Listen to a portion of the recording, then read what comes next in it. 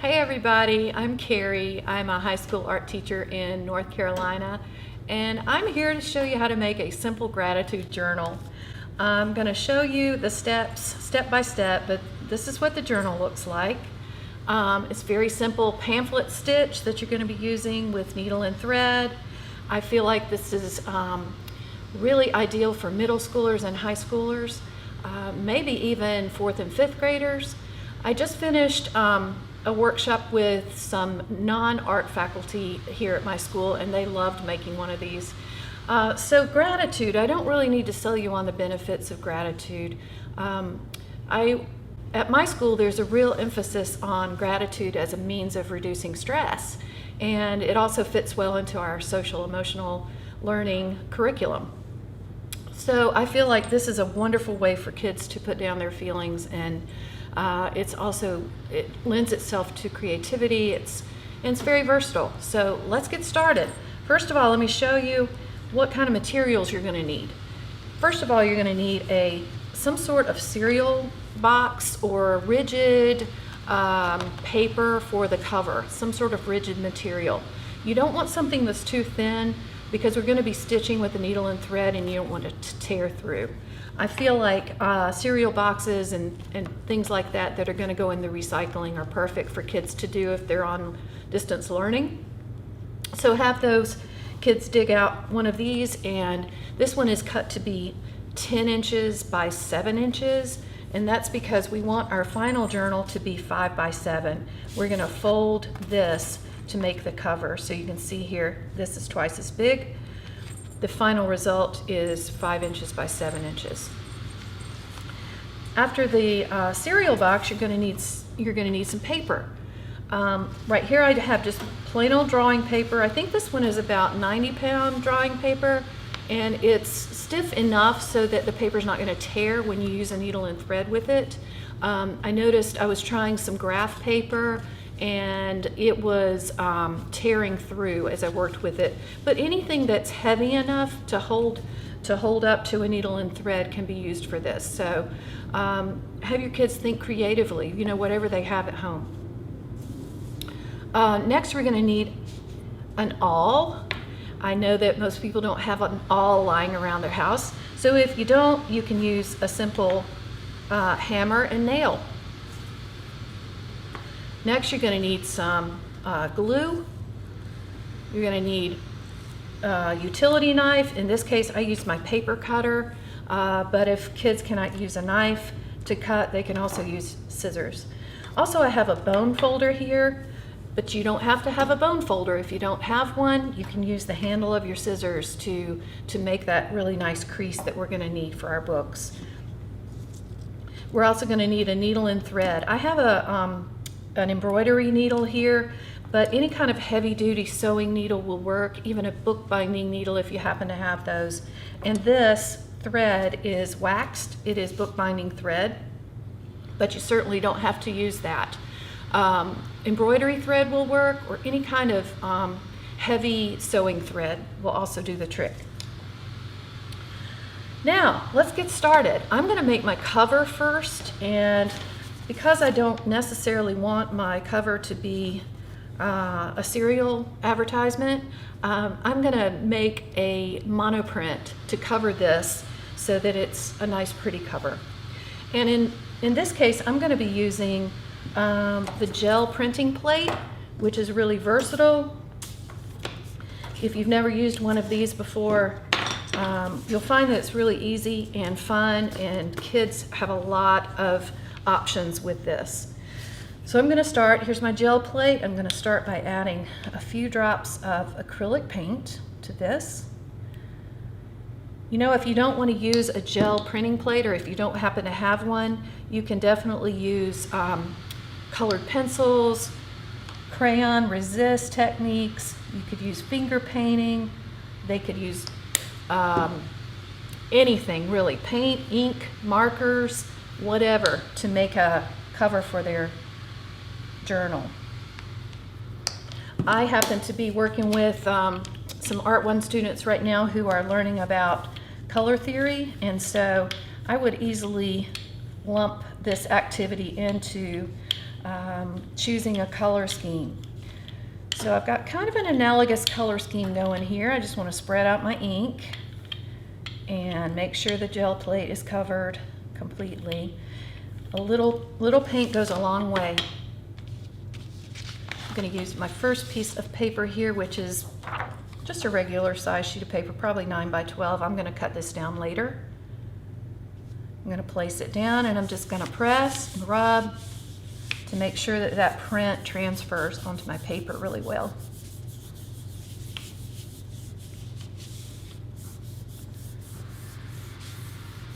Next, I'm going to pull my print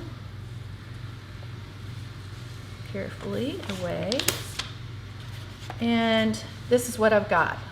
Now, when we let this dry, I'm going to go back in with a stencil and make a nice pattern, create some kind of textural components here. So let me lay this aside for just a minute. And while that's drying, it really does dry fast, I'm going to add a little contrasting. I think I'm going to use some white to create my next layer. I've done this before with leaves. You can put leaves down for stencils. You can use any kind of handmade stencils if the kids want to make their own. And I'm finding that I'm picking up too much of the other color that was left on the plate, so I'm gonna kind of clean off my brayer. And maybe a little bit more white there.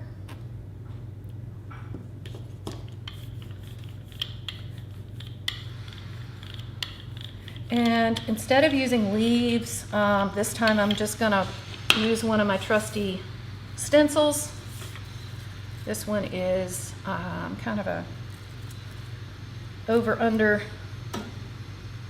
kind of pattern, which I think will be kind of cool on the cover. And so what I need to do now is just match it up. And again, I'm gonna press, press, press. Make sure all that ink is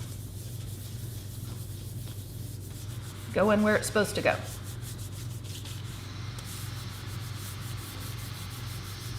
And I think we're good. Let's pull that one and see what it looks like. Oh yeah, that's nice. So there's my paper for my cover. I'm gonna lay this aside. By the way, gel printing plates clean up really easily with soap and water, or you can use baby wipes. So those are really good to have on hand if you don't happen to have one. All right, so next step is I'm going to trim this down to the size of my cover. Normally I would use a paper cutter, but I'm just going to trim it, and it turns out that I'm going to have to trim it even more once I get it on my cereal box because it's a little bit bigger. So I'm going to put my glue on here. I want to put my glue kind of close to the edges so that my edges will stick down really nicely.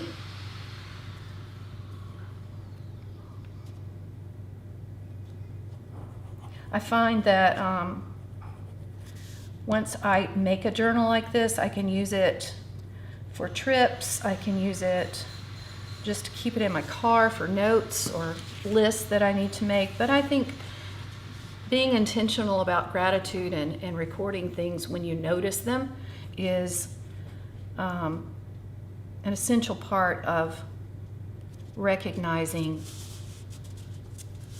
those things and recording them. I've made several gratitude journals before, and I always like taking them out and looking at them later after they've been filled up, just to kind of take me back to where I was during that time in my life. All right, so turn it over and you can see that I've got a little bit here on each side. So I didn't mention that you're probably going to need a phone book or a magazine, but here's where it comes in handy. I'm just going to open it up. If you don't have one of those self-healing pads that I have at school, you can just use your phone book and just trim off that. You could, I mean, if the kids are doing this at home, they can definitely use scissors.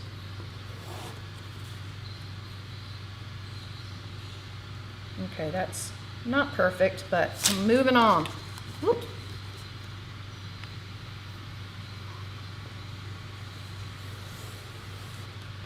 Your phone book is also going to come in handy in just a minute when we start binding our book. So I'm going to keep that close by. All right, now I've got it to the size that I need. Now I'm going to fold it in half, and I'm going to use my bone folder.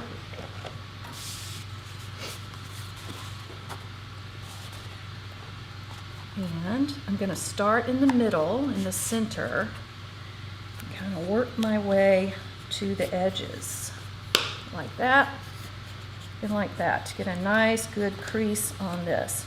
I'm going against the grain of the cardboard. It doesn't like me doing that, but I did it anyway.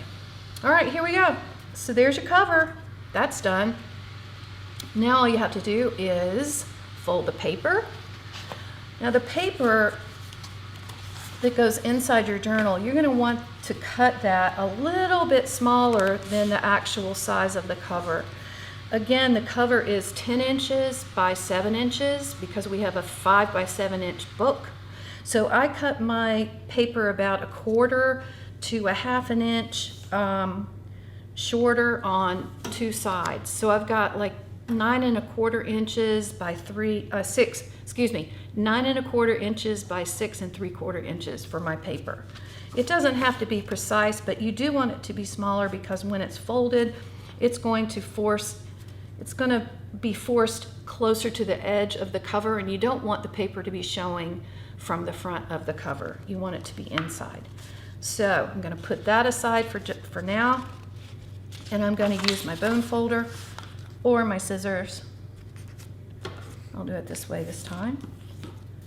And fold each page. And then, after I do a few, I'm not going to do them all because it takes too much time. But after I do 4 here, I'm going to nestle them inside each other.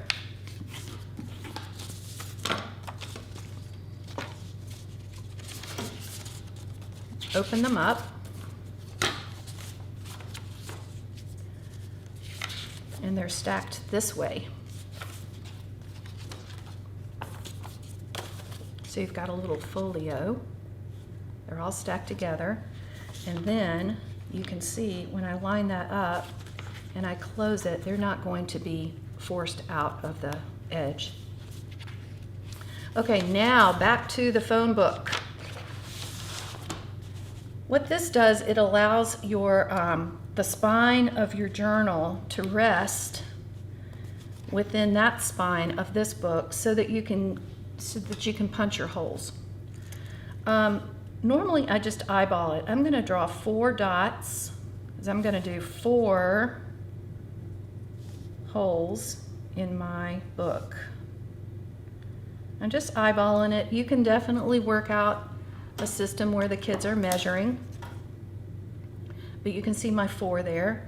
I'm going to take my awl and I'm going to just press right down through the cover into the phone book, just like that.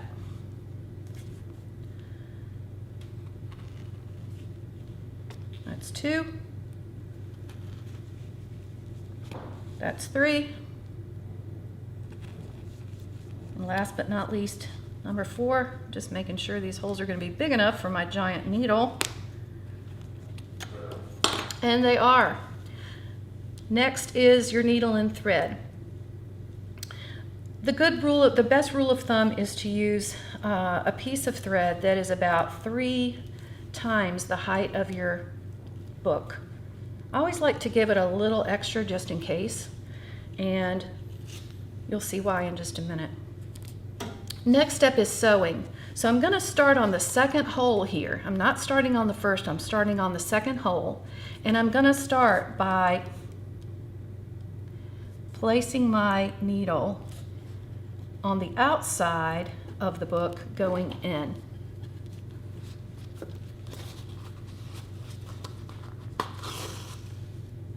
And then I'm going to leave a little bit of tail hanging out. And I don't need this phone book here anymore. Okay, I keep hitting the camera, sorry about that. So I've got a little tail hanging out. You probably want to hold on to that with your other hand, like I'm doing with mine. And next is going through the first hole from the inside to the outside. So you've made your first stitch. Now what you want to do is come up through that second hole again, just like you did the first time.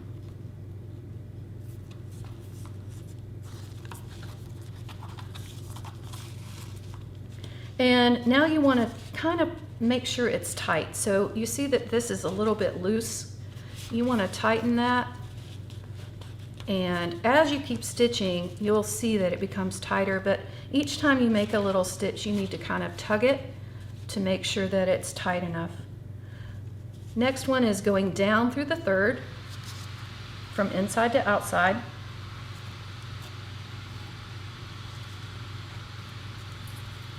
Okay, next one is up through the fourth. Whoops.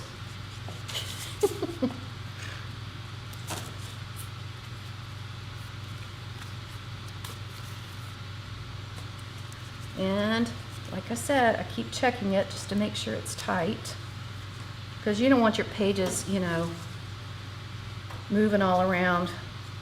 And then the fourth one is go back down through that third hole from the inside to the out.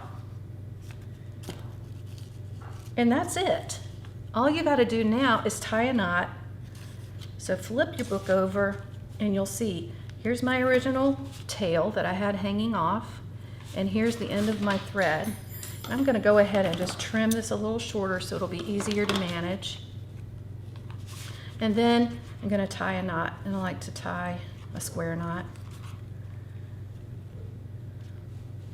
And the good thing about this waxed thread is that it kind of sticks to itself, so you don't have to have a friend hold a finger down. You've got it right there. So there you go. There's your journal. Now, one thing that you can do, because I left extra thread here, I could thread some beads or some charms or some bells like I did with mine, so people can hear me coming. And there you have it. You could even tie a little bow. I think that would be kind of nice. There you go, a simple gratitude journal. Be grateful. Record everything that you think of that you're grateful for. I wish you the best. Thanks for watching. Bye.